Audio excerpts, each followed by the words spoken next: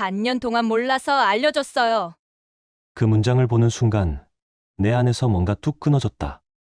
호텔 침대 위 젖은 머리카락과 술에 풀린 눈빛으로 웃던 아내, 그리고 그 옆에 비죽 웃고 있던 계약직 남자. 그 사진 한 장이 내 결혼과 내 삶 전체를 송두리째 무너뜨렸다. 사람은 언제 가장 잔인해질까? 사랑이라 믿었던 시간이 거짓으로 드러나는 순간이다. 나는 한때 지키려 했던 가정과 신뢰가 단 한 장의 사진으로 산산이 조각나는 것을 똑똑히 봤다. 더는 감정이 아니었다. 분노 대신 차갑게 가라앉은 확신만이 남았다. 내가 준비한 건 싸움이 아니라 기록이었다. 증거와 서류, 그리고 부모 앞에서의 정면 대질. 불륜이란 단어로는 부족한 두 가정의 파탄이 눈앞에 다가오고 있었다. 내일 아침 8시. 나는 증거와 함께 그들을 무대 위로 세울 것이다. 끝은 이미 정해져 있었다. 다만 그 끝이 어디까지 추락으로 이어질지는 아직 아무도 모른다. 결말은 여러분의 예상을 완전히 뒤엎을지도 모릅니다. 여러분의 생각은 어떠셨나요? 댓글로 꼭 남겨주세요. 구독과 좋아요도 잊지 마시고 방탐정의 이중 파일과 함께 더 놀랍고 흥미로운 이야기 속으로 떠나봐요. 집에 들어온 건 새벽 1시가 훌쩍 넘은 시간이었다.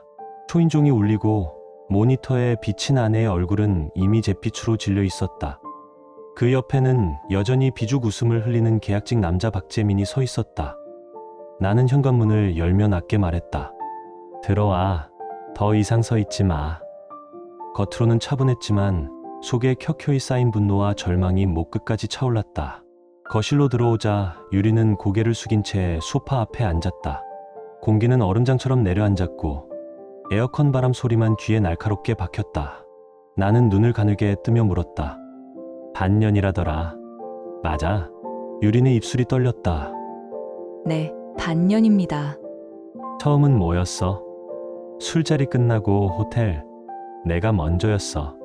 아니면 이놈이 꼬드긴 거야? 박재민이 피식 웃으며 말을 끼어들었다. 술김에 그냥 간 거죠? 글쎄, 아마 부인 쪽에서 먼저였던 것 같은데요? 유린이 다급히 소리쳤다. 조용히 해. 내가 말할게. 나는 냉정하게 말을 잘랐다. 술김이었다. 그럼 하룻밤으로 끝났어야지. 그런데 반년이나 이어왔다고? 협박받아서 그랬다고? 변명도 정도껏 해라. 유리는 울먹이며 두 손을 모았다. 죄송해요. 회사에 들키면 일도 망칠 것 같아서 출세 욕심도 있었고. 나는 냉소적으로 웃었다. 출세, 기억나냐? 결혼할 때 우리 약속, 화려한 생활 필요 없으니 둘이 웃으며 살자고 했잖아. 난 내 승진엔 눈곱만큼도 관심 없었다. 그저 내 옆에서 평범하게 웃고 싶었을 뿐이야. 하지만 이제 다 무의미하다. 유린이 몸을 떨며 외쳤다. 제발 진심으로 한순간의 실수였을 뿐이에요. 남편은 당신뿐이에요. 나는 비수처럼 말을 꽂았다. 불륜을 저지르고도 그런 말을 해. 뻔뻔하기도 하지. 그때 박재민이 어깨를 으쓱하며 말했다. 저 이제 가도 되죠? 두 분이서 얘기하시면 될 텐데. 닥쳐. 내가 이 꼴 만든 거잖아. 유린이 박재민을 향해 비명을 질렀다. 왜 그런 메시지를 남편한테 보냈어? 바보야, 최악이야. 박재민은 비웃으며 대꾸했다. 아줌마도 지루하다 했잖아요. 자극 좀 원한다고. 거실은 한순간에 아수라장이 됐다. 나는 고함쳤다. 그만해, 둘 다. 말은 내일 부모 앞에서 다 들어줄 테니까. 그러나 박재민은 장난스럽게 손을 흔들었다. 와, 무섭네. 봐요. 남편이 이래요. 입 다물어. 지금은 참지만 오래 못 간다. 유린이 울부짖듯 내게 말했다. 당신 뭐든 시키면 할게요. 뭐든 할 테니까 제발 용서해줘요. 나는 그 말을 듣고도 차갑게 그녀를 바라보았다. 이미 내 안에서 무언가가 끊어져 버렸다는 걸 스스로 알고 있었다. 나는 냉소적으로 말했다. 뭐든 할 수 있다고? 좋아. 그럼 지금 이 자리에서 무릎 꿇고 이 남자와의 관계를 당장 끝내. 내 눈앞에서 말이야. 유리는 흐느끼며 고개를 저었다. 그건 제발, 그건 말고. 못할 거면서 뭐든 한다고 입에 담지 마. 그때 재민이 못마땅한 얼굴로 혀를 찼다. 에이, 진짜 미쳤네. 남편분, 이건 좀 너무하신 거 아니에요? 입 닥치랬지. 내가 말끝을 채기도 전에 손에 쥐고 있던 잿더리와 캔 맥주가 동시에 날아갔다. 재민이 놀라 몸을 피하며 비명을 질렀고 유리는 나를 막으려 달려들었다. 서로 엉켜 실랑이가 벌어지는 틈을 타 나는 재민의 스마트폰을 낚아챘다. 야, 그거 내 거야. 돌려줘. 재민이 고함을 치며 다가왔지만 나는 단숨에 화장실로 들어가 문을 잠궜다. 문 너머로 유린의 흐느낌과 재민이 문을 두드리는 소리가 뒤섞여 울렸다. 나는 변기 옆에 선 채로 그의 휴대폰을 열었다. 카카오톡, 사진첩, 호텔 영수증, 위치 기록. 그 반년이라는 시간 동안 그들이 쌓아온 흔적이 고스란히 저장돼 있었다. 수많은 대화 속에서, 수많은 사진 속에서 유리는 웃고 있었다. 분노보다 먼저 밀려온 건 차가운 허탈감이었다. 이걸 양가 부모님께 보여줄까, 경찰에 넘길까 잠시 갈등했지만 나는 마음을 다잡았다. 오늘 밤 여기서 끝낸다. 더는 숨을 곳도 변명할 틈도 없다. 나는 차갑게 통화를 걸었다. 죄송합니다. 늦은 밤에 전화드려서요. 아드님과 관련해 반드시 말씀드려야 할 일이 있습니다. 목소리만으로도 알 수 있었다. 지금 나는 이 남자의 부모와 직접 통화 중이었다. 문 밖에서 재민이 계속 소리를 질러댔지만 나는 흔들림 없이 마무리했다. 네, 내일 아침 8시. 저희 부모님 댁으로 와 주십시오. 양가 부모님 모두 모인 자리에서 이혼과 위자료, 문제를 정식으로 논의하겠습니다. 위자료라는 단어가 내 입에서 흘러나오는 순간 유린의 어깨가 눈에 띄게 떨렸다. 몇 분 뒤 나는 화장실 문을 열었다. 분노는 이미 사라진 지 오래였다. 내 얼굴엔 오직 하나 확고한 결심만이 남아있었다. 재민이 비아냥거리며 혀를 찼다. 부모까지 끌어들이고 그래? 진짜 제정신이야. 어휴, 꼴불견. 나는 차분하게 그를 바라보며 대답했다. 남의 가정을 부수고 부모들까지 고개 숙이게 만든 내 놈이 꼴불견이란 말을 해. 넌 지금 내가 얼마나 뻔뻔한지도 모르고 있어. 그가 욕설을 퍼붓고 나가려는 순간 나는 유린에게 눈길도 주지 않은 채 말했다. 이 남자 집까지 데려다 줘. 도망 못 치게 끝까지 지켜. 그리고 내일 아침 8시 우리 부모님 댁으로 내 부모 모시고 와. 그 자리에서 다 끝낸다. 도망치지 마. 유리는 고개를 떨군 채 기어들어가는 목소리로 대답했다. 알겠어요. 나는 다시 한번 못을 박았다. 그리고 너희 폰, 통화 기록, 메시지, 사진 단 하나도 지우지 마. 그건 전부 증거니까. 유리는 아무 말 없이 조용히 고개만 끄덕였다. 문이 닫히고 나서야 거실엔 정적만 남았다. 나는 소파에 천천히 몸을 기대고 깊게 숨을 들이켰다. 분노로 타올랐던 심장이 차츰 식어가고 오히려 눈앞이 선명해졌다. 그녀와 함께한 시간들이 파노라마처럼 머릿속을 스쳐 지나갔다. 결혼한 지 3년 반, 유리는 처음엔 어디에 내놔도 부끄럽지 않은 아내였다. 성실했고 내 부모님께도 예의 바르고 다정했다. 주말이면 손수장을 보고 집안일도 꼼꼼히 챙겼다. 그런 그녀와 함께라면 나도 오래도록 웃으며 살아갈 수 있을 줄 알았다. 하지만 언제부턴가 그녀의 시선은 내 옆에 있으면서도 다른 어딘가를 바라보고 있었다. 정확히 언제였을까? 피곤하다며 잠자리를 피하고 대화는 점점 짧아지고 웃음 대신 깊은 한숨이 늘어갔다. 나는 그걸 결혼의 안정기쯤으로 여겼다. 설렘이 사라진 것도, 대화가 메말라가는 것도 그저 오래 함께한 부부라면 다 그런 줄만 알았다. 하지만 유리는 그걸 권태라고 느꼈고 나는 그저 옆에 붙어있는 남편일 뿐이었다. 그리고 그 틈을 타고 들어온 게 바로 저 계약직 남자였다. 처음 그를 봤을 때 묘하게 낯설지 않았다. 회식 자리에서 던지던 가벼운 농담들, 필요 이상으로 유린을 오래 바라보던 그 눈빛, 아마 그때부터 모든 균열이 시작된 걸지도 모른다. 그 눈빛을 느끼고도 아무 말 하지 못했던 나 자신이 원망스러웠다. 나는 이제야 모든 퍼즐 조각들이 맞춰지는 걸 느꼈다. 회식 날마다 늦어지던 그녀의 귀가, 카드 내역에 찍힌 호텔 영수증, 차량 블랙박스에 남은 낯선 주차 기록, 모든 게 이미 오래전부터 신호를 보내고 있었다. 그리고 나는 그 신호들 앞에서 너무 오래 눈을 감고 있었다. 하지만 결정적인 순간은 며칠 전에 이미 도착해 있었다. 그날 밤 내 휴대폰으로 한 통의 메시지가 도착했다. 발신인은 익명 계정. 여러 번 메시지엔 단 하나의 사진이 첨부되어 있었다. 호텔 침대 위 젖은 머리카락, 술기운에 풀린 표정.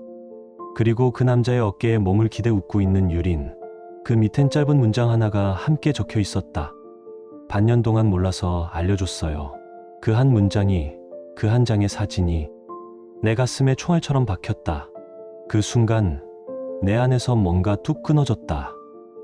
연민도, 기대도, 변명의 여지도 남지 않았다. 나는 이해하려 했던 모든 마음을 내려놨다. 그날부터 준비했다. 소리 지르지도 않았고 감정에 휘둘리지도 않았다. 분노 대신 차가운 판단만 남겨두었다. 오늘 밤 모든 걸 끝내기 위해 일부러 참았다. 싸움을 만들지 않았고 증오를 내보이지도 않았다. 내일 아침 8시 양가 부모님 앞에서 나는 이 결혼을 끝낼 것이다. 사랑이 아니라 환멸로, 신뢰가 아니라 증거로 이 인연을 마무리 짓겠다. 내 휴대폰 화면 위에 떠있던 메시지와 사진은 그 어떤 말보다 강한 증거였다. 반년 동안 몰라서 알려줬어요. 그 문장을 다시 읽는 순간 내 안에서 마지막 남은 연민마저 꺼져버렸다. 사랑, 신뢰, 기대. 이제는 그런 단어 하나도 내 안에 남지 않았다. 나는 전화를 걸었다. 목소리는 떨렸지만 그건 분노가 아니라 얼음처럼 차가운 확신이었다. 지금 당장 와. 둘 다. 도망치지 마. 수화기 너머에서 울먹이는 목소리, 변명 섞인 한숨이 들려왔지만 더는 귀에 들어오지 않았다. 그녀가 무슨 말을 해도 이제는 모두 가짜로만 들렸다. 진실은 이미 내 손에 쥐고 있었고 그 사실만으로도 모든 설명은 무의미했다. 얼마 지나지 않아 현관 앞에 불빛이 비쳤다. 택시 문이 열리고 두 사람이 모습을 드러냈다. 유리는 핏기 없는 얼굴로 고개를 숙였고 재미는 여전히 입꼬리를 올린 채 비웃음을 흘리고 있었다. 오히려 그 태도 덕분에 내 마음은 더 차분해졌다. 증오보다 확실한 건 이미 끝났다는 깨달음뿐이었다. 나는 그들을 거실로 들였다. 긴 말은 필요 없었다.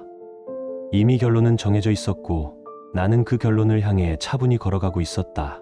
내일 아침 8시 양가 부모님 다 모여 그 자리에서 끝낸다. 나는 단 한 줄만 남기고 다시 휴대폰을 들었다. 재민의 부모에게 전화를 걸었다. 수화기 너머로 다급한 목소리가 들려왔다. 무슨 일이에요? 지금 이 시간에 무슨... 나는 감정 없는 목소리로 말을 끊었다. 내일 아침 제 부모님 댁으로 와주십시오. 아드님과 제 아내 문제를 정리해야 합니다. 이혼과 위자료 문제까지 모두 그 자리에서 다뤄야 합니다. 전화를 끊고 나니 거실엔 다시 정막이 흘렀다.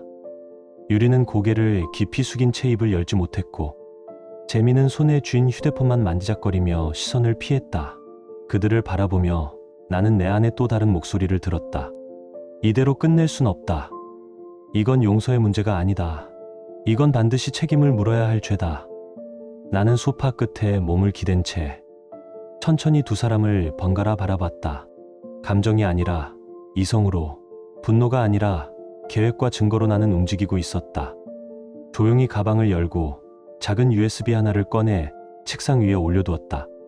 거기엔 내가 지난 한 달간 모은 모든 것이 담겨 있었다. 차량 블랙박스, 카드 내역, 호텔 영수증, 문자 캡처, 그리고 셀 수 없이 많은 사진들. 하나하나 법적 효력을 충분히 갖춘 증거들만 선별한 결과물이었다.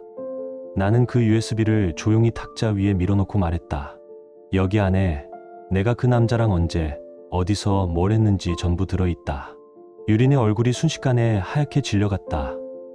입술이 떨리고 눈동자는 흔들렸다. 잠시 후 그녀는 떨리는 목소리로 중얼거렸다. 그건 그냥 상담이었어. 오해야, 정말 오해야. 하지만 나는 냉소적으로 웃으며 되물었다. 상담? 그럼 청단 레지던스에서 껴안고 키스한 것도 상담이었냐? 그녀의 눈동자가 그제야 내 시선을 제대로 마주쳤다. 하지만 나는 더 이상 눈을 피하지 않았다. 그 순간 나는 증오도 넘어선 냉정함만을 품고 있었다. 그 순간 방 안의 공기는 얼어붙었다. 아내의 얼굴은 피가 빠진 듯 창백했고 입술이 몇 차례 떨렸지만 끝내 어떤 말도 꺼내지 못했다. USB 속 진실 앞에서 그동안 쌓아왔던 모든 거짓말이 허무하게 무너져 내렸다. 결혼 3년 반, 함께 웃고 싸우고 화해했던 시간들. 그 모든 순간이 조각난 유리처럼 바닥에 흩어졌다. 그리고 나는 뼈저리게 깨달았다. 이건 단순한 오해도 감정적인 말다툼도 아니었다. 이미 선택은 끝났다. 이제 남은 건 기록, 책임, 그리고 정리뿐이다. 나는 내일 아침을 준비하고 있었다. USB를 증거로 내밀고 모든 발언을 녹음할 것이다. 각서를 쓰게 하고 위자료와 이혼 절차를 명확히 밝힐 것이다. 그리고 그들이 남긴 고통을 법의 이름으로 되돌려 줄 것이다. 눈물은 증거를 무력화시키지 못하고 후회는 책임을 덮어줄 수 없다. 그 순간 창밖으로 새벽의 찬 공기가 스며들어왔다. 나는 무겁게 눈을 감고 되뇌었다. 8시. 그 자리에서 모든 걸 끝낸다. 아침 8시 부모님 댁거실. 정적 속에 나만의 계획은 완성되어 가고 있었다. 이미 거실 소파에는 재민과 그의 부모가 나란히 앉아 있었다. 두 사람은 겁에 질린 듯 깊이 고개를 숙이고 있었지만 정작 당사자인 재민은 여전히 무표정한 얼굴로 침묵을 지키고 있었다. 그 표정이 오히려 나를 더 냉정하게 만들었다. 잠시 후 우리 부모님이 들어오셨고 뒤이어 유린의 부모님도 고개를 조아리며 자리에 앉았다. 인사는 형식적이었다. 아무도 길게 말하지 않았다. 공기엔 긴장보다 더 묵직한 무언가가 떠 있었다. 나는 자리에서 천천히 일어났다. 그리고 정제된 목소리로 말했다. 바쁘신 시간 내주셔서 감사합니다. 오늘 이 자리는 감정을 쏟아내기 위한 자리가 아닙니다. 사실을 명확히 하고 책임을 나누기 위한 자리입니다. 앞으로 모든 대화는 녹취됩니다. 녹음기의 버튼을 누르는 소리가 방 안에 퍼졌다. 모두의 시선이 내 손에 쏠렸고 나는 천천히 시선을 들어 유린을 정면으로 바라봤다. 그리고 마지막으로 명령했다. 반년 동안 무슨 일이 있었는지 내 입으로 직접 말해. 그녀는 고개를 떨군 채 제대로 된 목소리조차 내지 못했다. 나는 말없이 테이블 위에 준비해온 증거들을 하나씩 꺼내 올려놓았다. 카드 사용 내역, 호텔 영수증, 차량 블랙박스 기록, 그리고 두 사람 사이의 오간 메시지 캡처까지. 더 이상 말은 필요 없었다. 진실은 말보다 냉정하고 정확했으니까. 정적이 방 안을 감쌌다. 유린의 아버지는 얼굴이 벌겋게 달아올랐고 어머니는 입술을 떨며 눈가를 감췄다. 손으로 입을 가린 채 억눌린 오열만이 들려왔다. 우리 부모님은 아무 말씀도 없으셨다. 하지만 그 침묵이 더 무겁게 내려앉았다. 부끄러움과 실망, 그 모든 감정이 말이 아닌 눈빛으로 전해지고 있었다. 나는 서늘하게 선언했다. 이 결혼은 오늘로 끝이다. 나는 정식으로 이혼을 요구한다. 그리고 정신적 피해, 명예 실추, 가정 파탄, 그 모든 고통과 피해를 금전적으로 환산해 위자료를 청구할 것이다. 대상은 둘 다다. 배우자인 정유린과 상간남 당신. 그 말에 방 안의 기류가 한 번 더 가라앉았다. 재민의 어머니가 갑자기 자리에서 일어나 바닥에 머리를 박듯 고개를 숙이며 말했다. 죄송합니다. 정말 죄송합니다. 저희 아들이 이런 짓을 저지를 줄은. 유린의 부모도 고개를 깊이 숙였다. 고개를 든 이는 아무도 없었다. 하지만 정작 당사자인 재민은 입꼬리를 비틀며 어깨를 으쓱였다. 그리고는 비웃듯 말했다. 근데 위자료요? 정신적 피해라는 게 도대체 뭔데요? 그걸 돈으로 치겠다고요? 그 순간 방 안의 공기가 다시 얼어붙었다. 나는 천천히 고개를 돌려 그 인간의 눈을 똑바로 노려봤다. 그리고 마음속으로 확신했다. 오늘 이 자리가 진짜로 시작되는 건 지금부터다. 나는 조용히 가방을 열고 또 다른 서류 뭉치를 꺼냈다. 법무법인 명의가 새겨진 문서철, 녹취 동의서, 증거 목록, 소장 초안까지. 법은 당신이 생각하는 것보다 훨씬 구체적이야. 그리고 그 정신적 피해 덕분에 당신 인생도 아주 구체적으로 무너질 거다. 재민은 비웃듯 코웃음을 쳤다. 그러나 그 웃음은 오래가지 못했다. USB를 노트북에 연결하자 그의 목소리가 그대로 흘러나오기 시작했기 때문이다. 유린 씨, 남편 모르게 또 봐요. 그 인간 월급으로는 이만큼도 못 해주잖아. 순간 재민의 표정이 일그러졌다. 어디서 녹음된 건지 전혀 눈치채지 못했던 것이다. 그는 주위를 두리번거리다 입술을 꽉 깨물었다. 그리고 처음으로 두려움이 그의 얼굴에 떠올랐다. 하지만 나는 멈추지 않았다. 오늘은 모든 가면을 벗기는 날이었다.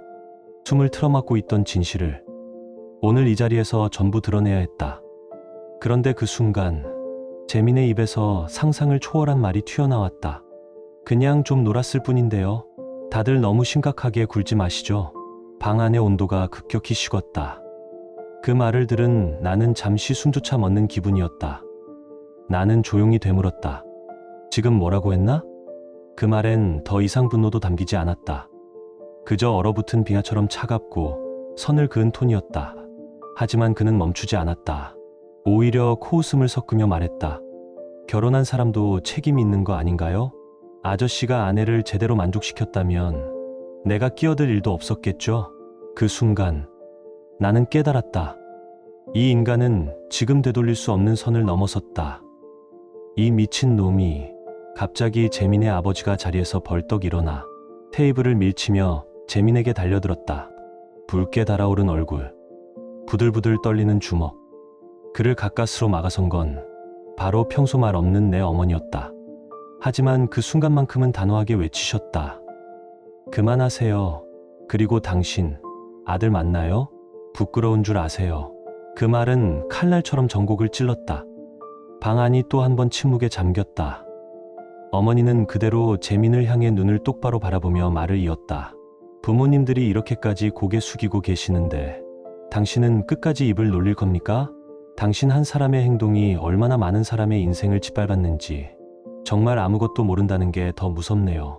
그 말에 재민의 어머니는 고개를 숙인 채 조용히 떨기 시작했다. 그 떨리는 손을 감싸 안은 건 바로 내 어머니의 손이었다. 힘드시죠, 어머님. 자식 잘못으로 이런 자리에 불려오시다니. 하지만 이건 어머님의 잘못이 아닙니다. 책임져야 할 사람은 자기 행동에 아무 책임도 지지 않는 그 아들이에요. 나는 그 장면을 가만히 지켜보았다. 속이 타들어가는 듯한 가슴 한쪽이 말라붙는 느낌을 삼켜내며 그 순간 이번엔 정유린의 어머니가 조용히 고개를 숙이며 내게 말을 건넸다. 정말 죄송합니다. 우리 딸이 우리 가정이 돌이킬 수 없는 잘못을 저질렀습니다. 그 목소리는 작고 떨렸지만 그 안엔 처절한 자책과 부서진 자존심이 담겨 있었다. 나는 담담히 고개를 들었다. 더는 미련도 애증도 없었다. 유감입니다. 정말로요. 두 분께서 저를 아들처럼 대해주셨다는 거 평생 잊지 않겠습니다. 하지만 당신들의 딸은 그 모든 정성과 믿음을 스스로 짓밟았습니다. 그 말에 유리는 고개를 숙인 채 입술조차 떼지 못했다. 그녀는 지금 이 방 안에서조차 아무 책임도 지지 못하고 있었다. 나는 숨을 고르고 말을 이었다. 알겠나? 너희 둘은 내 부모님도 울게 만들었고 내 부모님까지 수치스럽게 만들었다. 이건 단순히 나 하나의 상처가 아니다. 내가 짓밟은 건 두 가정 전체야. 세월이고 믿음이고 인연이었어. 그 순간 방 안의 숨소리마저 멎었다.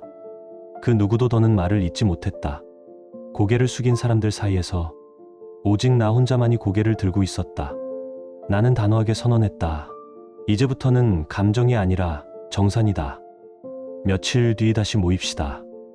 위자료, 서류, 협의 이혼, 손해배상 청구. 모든 걸 법적으로 공식 처리하겠습니다. 그 말은 냉정하고도 명확했다. 그리고 고개를 돌려 재민의 눈을 정면으로 바라봤다. 당신이 그렇게 장난처럼 보냈던 그 몇 달이 당신 인생의 몇 년을 어떻게 망가뜨리는지 직접 보여주겠습니다.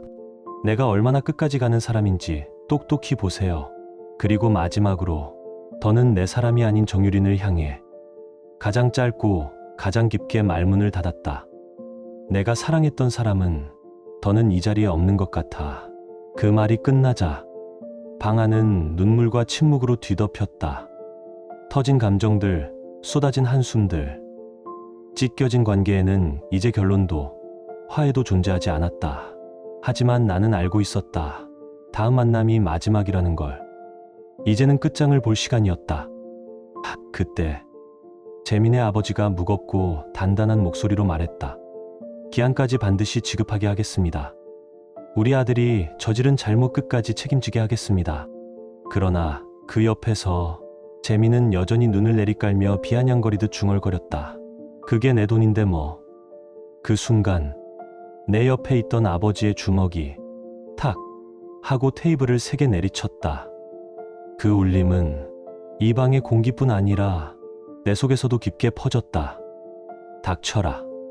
그 단 한마디, 그 짧은 한마디에 재민은 처음으로 완전히 침묵했다. 나는 조용히 서류를 꺼냈다. 그럼 이 계약서에 서명하세요. 테이블 위에 펼쳐진 서류에는 이렇게 적혀 있었다. 나는 혼인 관계 중 상간 행위를 반복했고 이는 사회적 도덕적으로 용서받을 수 없는 행위임을 깊이 반성한다. 이에 상대에게 위자료를 지급하며 앞으로 일체의 저촉을 끊을 것을 여기 서약한다. 유리는 떨리는 손으로, 재민도 억지로 펜을 잡아 각각 서명했다. 나는 그 서명을 하나하나 확인하며 읽게 하고 IC 레코더로 전부 녹음했다. 크게 읽으세요. 당신 목소리로 기록되어야 하니까. 내 말에 재민은 불만 가득한 표정으로 문장을 더듬더듬 읽었다. 그 목소리는 처음으로 흔들렸다. 서명을 마치고 나는 재민을 향해 말했다. 너 아직 나에게 한 번도 제대로 사과한 적 없지? 그가 시선을 피하며 중얼거렸다. 아, 뭐 서명도 했고. 나는 목소리를 낮췄다. 입으로가 아니라 마음으로 해라. 더는 나를 우습게 보지 마라. 그제야 재민이 얼굴을 숙였다. 죄송합니다. 정말 죄송합니다. 그러나 그의 아버지는 거기서 멈추지 않았다. 툭공기를 찢는 소리와 함께 재민의 뺨에 아버지의 손이 그대로 내리꽂혔다. 진심으로 사과해라, 이 페류나. 그제야 재민은 바닥에 무릎을 꿇고 울음을 터뜨렸다. 나는 그 모습을 차갑게 지켜보았다. 마침내 이 싸움이 끝났다는 걸 실감했다. 이제 끝이다. 다시는 내 앞에 나타나지 마라. 나는 재민과 그의 부모를 현관으로 안내했고 철컥문이 닫히는 소리만 남았다. 조용한 거실. 나는 천천히 고개를 돌려 유린을 바라보았다. 말없이 이혼 서류를 내밀었다. 그녀는 눈물을 삼키며 이름을 썼다. 결혼식 날처럼 이름을 쓰지만 그때의 설렘은 없었다. 손끝만 덜덜 떨리고 있었다. 이 서류는 내가 직접 제출하겠다. 오늘로써 우리는 남남이다. 짧게, 단호하게 말했다. 며칠 후 나는 이혼 신고서를 제출했다. 그날 오후 유린이 짐을 가지러 왔다. 초인종이 울렸고 나는 아무 대꾸 없이 인터폰을 켰다. 모니터에 비친 그녀는 말없이 고개를 숙이고 서 있었다. 말이 없어도 눈빛으로 충분히 읽을 수 있었다. 끝났다는 걸 그녀도 알고 있었다. 화장기 하나 없는 얼굴, 울음에 부어버린 눈가. 나는 아무 감정도 없이 인터폰을 눌렀다. 안으로 들어오지 마. 짐은 현관에 있어. 현관 옆에는 내가 정리해 둔 박스들이 가지런히 놓여 있었다. 옷가지, 화장품, 책상 서랍 속 메모지들, 심지어 함께 샀던 커피잔까지. 이제는 그 모든 것이 내 삶에 선 불순물일 뿐이었다. 유리는 떨리는 손으로 박스를 하나씩 챙기기 시작했다. 나는 문틈 너머로 그 모습을 지켜보며 이 집이 다시 온전히 나의 공간으로 돌아왔음을 느꼈다. 오염된 공기를 빼낸 후의 침묵처럼 차갑고 정돈된 고요함만이 남았다. 열쇠 내놔. 내 목소리에 그녀가 잠시 움찔했다. 유리는 가방을 뒤적여 열쇠를 꺼내 조심스레 내밀었다. 나는 그것을 받아 손에 쥐고 문을 잠갔다. 철컥. 그 짧은 소리는 내 아내 결혼이라는 장을 스스로 닫는 마지막 도장이었다. 스마트폰도 내놔. 나와의 모든 연락, 사진, 연락처 전부 지워라. 유리는 말없이 스마트폰을 내밀었고 나는 차분히 손에 쥐고 직접 확인했다. 문자, 통화기록, 사진첩, 일정표, 내 흔적이 남아있을 만한 모든 것을 하나하나 삭제했다. 손끝 하나하나에 감정이 담기지 않게 기계처럼 처리했다. 이걸로 너와 나의 접점은 완전히 끝났다. 다시는 연락하지 마라. 얼굴도 이름도 꺼내지 마라. 내가 내 산 근처에 다시 나타나는 순간 바로 경찰에 신고할 거다. 그녀는 고개를 숙인 채 손끝만 떨고 있었다. 그 순간 입술을 때려는 듯 했지만 나는 눈빛 하나로 잘랐다. 승냥이처럼 말하지 마라. 나도 널 진심으로 사랑했었다. 아니었으면 결혼도 안 했겠지. 그녀는 눈을 감고 조용히 울었지만 나는 더 이상 그 얼굴을 보지 않았다. 모든 애정은 이미 무덤에 묻혔다. 이제 나가라. 그 한마디에 그녀는 박스를 품에 안고 현관을 나섰고 철컥 문이 닫히는 소리가 집 안에 메아리 쳤다. 그 순간 나는 이 결혼의 마지막 페이지를 덮었다. 이혼 이후 내 삶은 조금씩 평온을 되찾았고 그녀의 삶은 완전히 무너졌다. 유리는 본사에서 노량진 지하에 있는 콜센터가 딸린 지방 지점으로 전보됐다. 공식적인 이유는 없었지만 사내에선 다들 알고 있었다. 나는 그저 사실만 전달했을 뿐 판단은 회사가 했다. 그녀가 꿈꾸던 승진, 커리어, 미래는 하루아침에 증발했다. 위자료는 어릴 적부터 모아온 적금을 깨고 월급의 대부분을 쏟아야 한다고 들었다. 생활비가 부족해 전단지를 붙이는 아르바이트를 하고 있다는 말도 들려왔다. 한때 화려하게 웃던 그 사람이 이제는 어둡고 축 처진 어깨로 거리를 떠돈다. 나는 그런 그녀의 소문을 들을 때마다 한 가지를 다시금 되새긴다. 행동에는 반드시 책임이 따른다. 그리고 그 책임은 언젠가 반드시 되돌아온다. 그녀가 커리어를 위해 버렸던 가정, 이젠 가정도 커리어도 다 잃은 셈이었다. 사랑도, 가족도, 일도 그녀의 손에서 모두 흘러내렸다. 재민도 예외는 아니었다. 한때는 광고마다 얼굴을 내밀던 인물이었지만 계약은 모두 파기됐고 업계에선 출입조차 금지당했다. 회식 자리에서 사람들을 비웃던 그 자만심 가득한 표정은 이제 SNS 어디에서도 찾을 수 없었다. 나는 그를 더 이상 미워하지도 동정하지도 않는다. 그저 내 인생에 들이닥친 악몽의 상징일 뿐. 그 이름 하나로도 내 심장이 조여왔던 그 시절은 이제 기억의 깊은 곳으로 가라앉았다. 나는 더 이상 뒤돌아보지 않는다. 그들이 잃은 건 단지 돈이 아니라 신뢰였고 가족이었고 스스로의 미래였다. 소은이는 나와 함께 살기로 했다. 어린 나이에 받은 충격은 분명히 컸을 것이다. 하지만 그 아이는 묵묵히 내 옆에 앉아 밥을 차려 먹고 조용히 숙제를 하고 조금씩 잃어버린 웃음을 되찾기 시작했다. 어느 날 소은이가 내 옆에 와서 조용히 말했다. 아빠, 요즘 집이 좋아요. 조용하고 따뜻해서. 그 말에 나는 아무 말도 할 수 없었다. 단지 소은의 머리를 천천히 쓰다듬으며 눈을 감았다. 가슴 한구석이 조용히 무너졌다가 다시 일어섰다. 몇 주 후 소은이 학교 상담을 위해 함께 들린 복지센터에서 나는 익숙한 얼굴과 마주쳤다. 최가은, 예전에 봉사활동을 통해 알게 된 상담사였다. 이혼 후로 연락을 끊었지만 그녀는 여전히 그 자리에서 사람들의 이야기를 듣고 있었다. 그녀는 환한 미소를 지으며 말했다. 많이 힘들었죠. 그래도 이렇게 버텨줘서 고마워요. 나는 짧게 고개를 숙였다. 이제는 눈물도 분노도 미련도 없었다. 그저 계절이 조용히 바뀌고 있다는 걸 느낄 뿐이었다. 예전 같으면 이 순간마저 두려웠겠지만 이젠 아니다. 다시 숨을 쉬는 법을 알게 되었으니까. 사람들은 각자 다른 이야기를 할 것이다. 사이다다 라고 통쾌해야 할 사람도 있을 것이고 그래도 너무했다 며 고개를 젓는 이도 있을 것이다. 하지만 나에겐 단 한 가지 확실한 진실이 있다. 나는 지키고 싶었던 걸 끝까지 지키려 했다. 그리고 그걸 먼저 부순 건 그들이었다. 이제 나는 내 삶을 다시 세운다. 그리고 그 대가를 끝까지 받는다. 지금 당신의 마음은 어떤가요? 이야기를 읽으며 떠오른 감정이나 생각이 있다면 댓글로 나눠주세요. 당신의 진심 어린 한마디가 누군가에겐 큰 위로가 될 수 있습니다. 이 짧은 이야기 속에 작은 온기나 잊고 지낸 감정 하나라도 담겨 있었다면 그것만으로 이 이야기는 충분히 의미 있는 시간이었을 거예요. 좋아요와 구독 그리고 공유는 이런 따뜻한 이야기가 더 많은 사람의 하루에 조용히 스며들 수 있는 힘이 됩니다. 함께 해주셔서 고맙습니다. 당신의 하루에도 조용한 평안과 따뜻한 사람이 함께하길 진심으로 바랍니다.